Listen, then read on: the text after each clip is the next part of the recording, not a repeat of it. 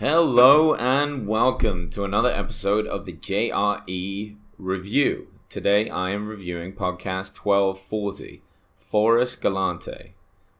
This conversation was really interesting. Another survival expert type biologist, wild animal expert, works for Animal Planet and originally born in Africa. So he's like a safari expert. And his conversation with Joe, Forrest talks about a lot about what it was like growing up in Africa, in a very different lifestyle than what it was like to move to America young and that culture shock, but also his expeditions now to go find rare endangered species that were thought to be extinct. And it's pretty fascinating to know people are doing this. So anyway, without further ado, let's start the review.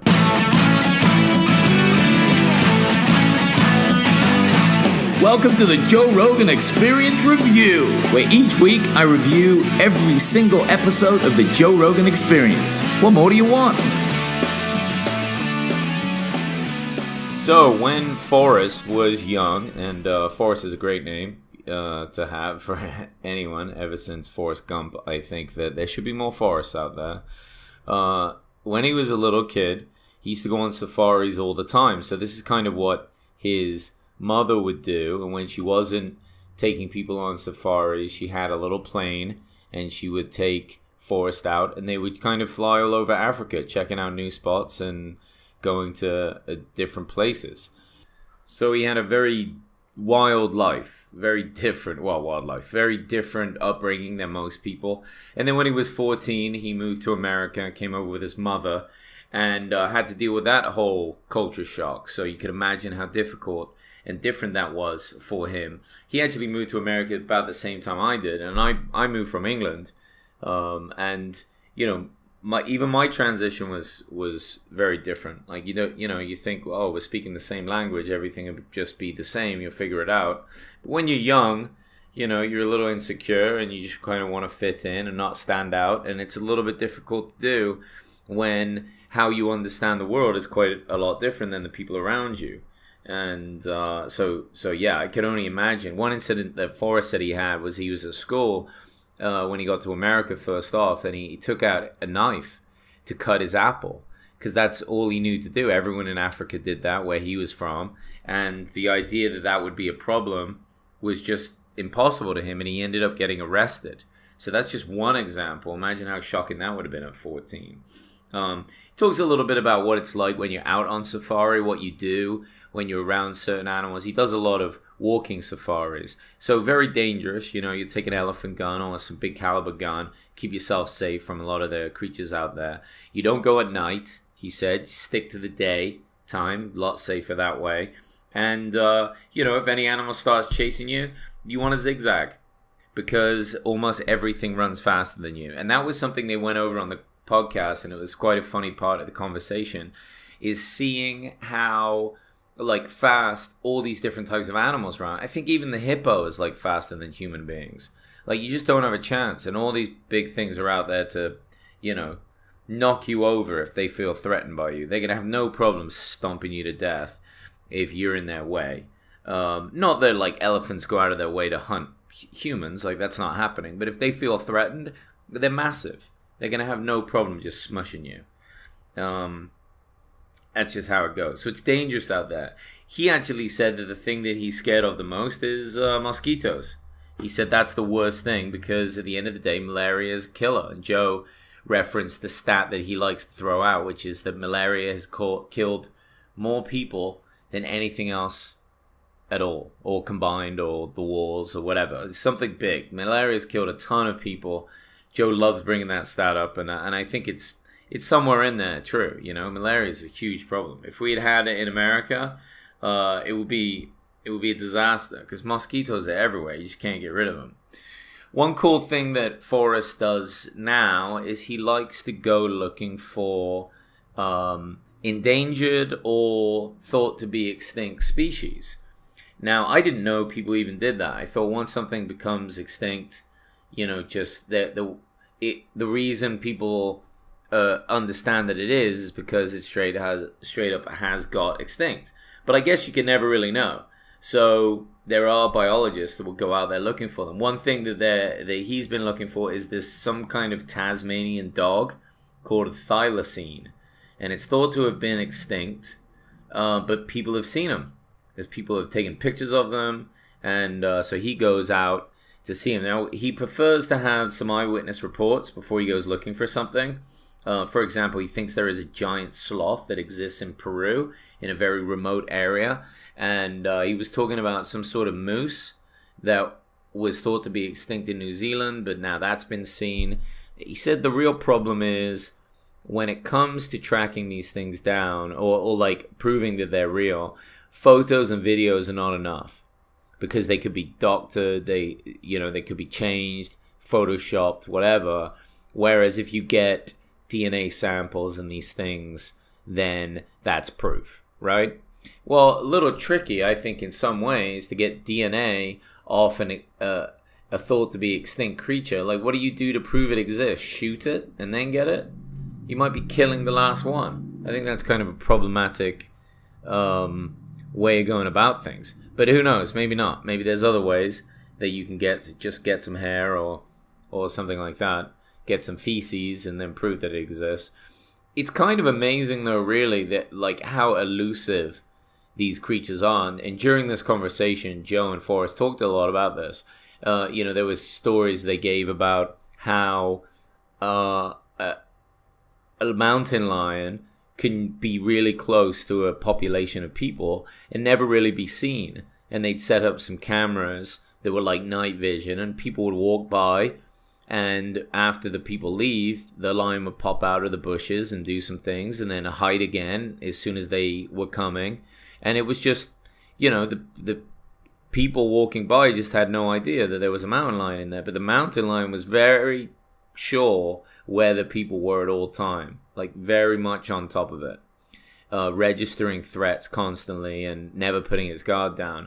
And in the same way, they were talking about these moose in New Zealand, how they exist, and even though moose are massive, people didn't know that they were there, and they might be. So they've caught some pictures of them, but they haven't entirely proven that they exist.